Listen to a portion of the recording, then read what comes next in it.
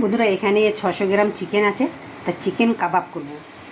এখানে দুখানা পেঁয়াজ আছে বন্ধুরা, এই পেঁয়াজটা কিন্তু চপ করে রসটা বের করে ফেলে দিতে হবে, না তো জল জল হয়ে যাবে।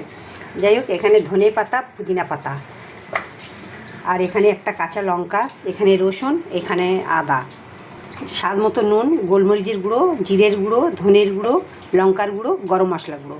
তো আসুন, আদা 8-10টা রসুন কোয়া, একটা কাঁচা লঙ্কা, পুদিনা পাতা, ধনে পাতা, পেঁয়াজ, যে মশলাগুলো দেখালাম সব দিয়ে দিলাম, একটা ডিম, 1 চামচ ব্রেড ক্রাম,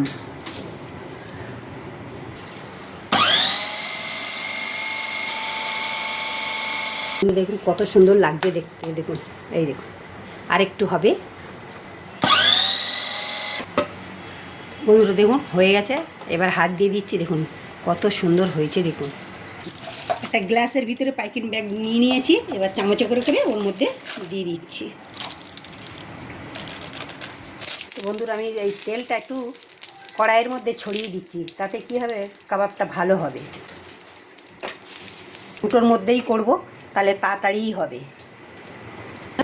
কি সুন্দর করে এখন দিয়ে দেবো, কত সুন্দরভাবে হচ্ছে দেখুন,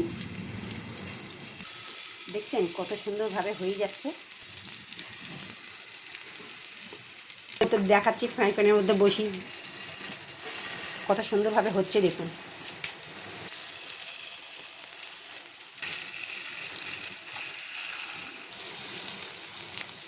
সুন্দর হচ্ছে দেখুন, সুন্দর হচ্ছে বন্ধুরা। দেখুন কত সুন্দর হয়ে গেছে, ভীষণ দেখতে ভালো লাগছে। এটাও দেখুন বন্ধুরা হয়ে গেছে, তার প্লেটে সার্ভ করে নিচ্ছি।